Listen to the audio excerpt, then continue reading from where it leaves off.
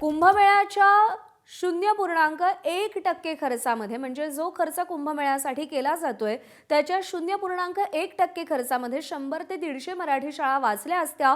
Supreme कोर्टाचे न्यायमूर्ती प्रसन्न वराळे यांनी हे मत व्यक्त केलंय। धुळ्याच्या शिरपूरमध्ये न्यायमूर्ती वराळेंच्या हस्ते जिल्हा न्यायालयाचं उद्घाटन झालं। कुंभमेळ्यावरती 34,000 कोटी खर्च करायला आपला आक्षेप नाही असं ते म्हणाले। वाढत्या गरजांच्या तुलनेत शिक्षणावरचा खर्च कमी पडतोय असं निरीक्षण त्यांनी नोंदवलंय।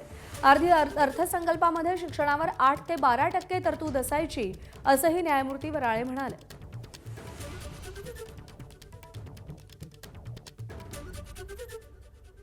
कुंभमेळ्यासाठी 32,000 उपमुख्यमंत्री म्हणाले, मुख्यमंत्री म्हणाले 34,000 कोटी देऊ।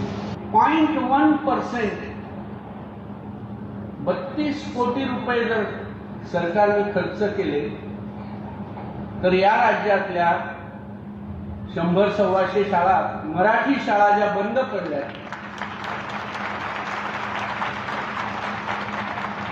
त्या बंद पडल्या नाही। आणि मी हे तुम्हाला आग्रहाने, आवर्जून आणि स्वानुभवाने सांगतो